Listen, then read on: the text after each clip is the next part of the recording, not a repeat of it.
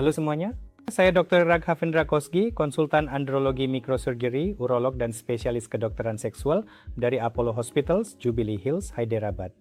Izinkan saya membahas tentang fimosis yang merupakan alasan yang cukup umum pada banyak individu, mulai dari masa kanak-kanak hingga dewasa. Sebenarnya apa itu fimosis?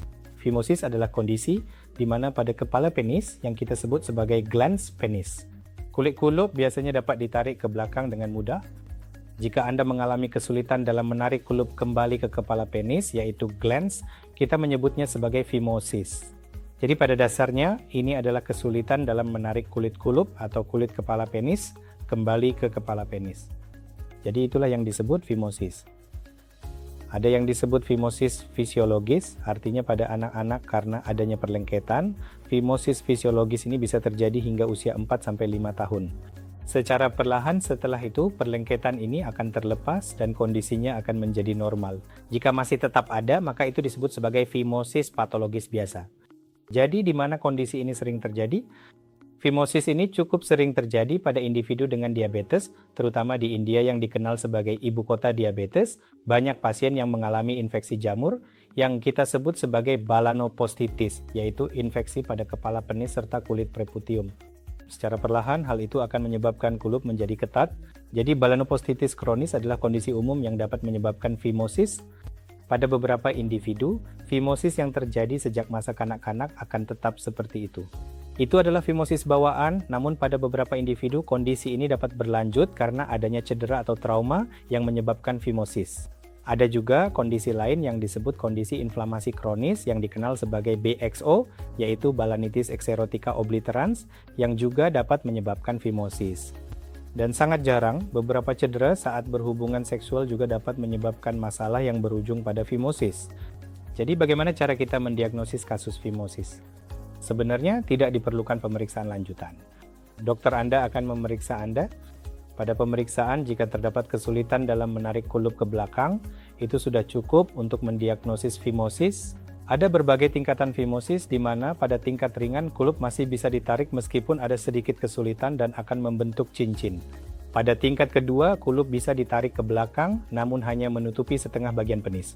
Pada tingkat ketiga, terdapat kesulitan yang cukup besar untuk menarik kulup, hanya setengah bagian saja yang bisa ditarik. Pada tingkat keempat, kulup sama sekali tidak bisa ditarik ke belakang. Jadi memang ada berbagai tingkatan fimosis. Jadi ada juga beberapa orang yang tampak benar-benar normal saat diperiksa, tetapi mengalami kesulitan hanya saat berhubungan intim. Ketika penis ereksi, kulup bisa tersangkut dan menyebabkan kesulitan serta rasa sakit saat berhubungan seksual.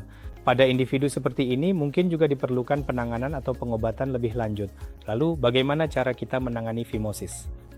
Pada sebagian besar pasien, jika fimosis ini tidak diobati, dapat menyebabkan infeksi saluran kemih yang berulang dan akan timbul rasa tidak nyaman yang kronis di area tersebut karena semua pria di balik kulupnya akan menumpuk smegma, yaitu zat putih.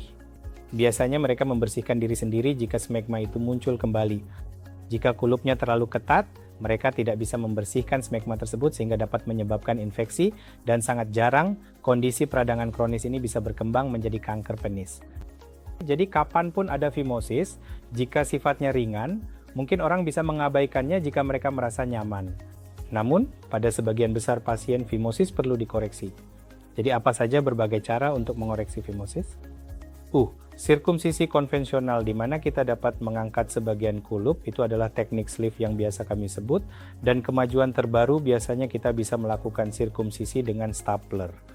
Jadi, pilihan lain yang sering dicari orang di internet adalah sirkumsisi laser, dan sebenarnya tidak ada yang istimewa dari sirkumsisi laser di mana alih-alih memotong dengan pisau, kita hanya menggunakan laser sehingga perdarahan ringan akan sedikit lebih sedikit.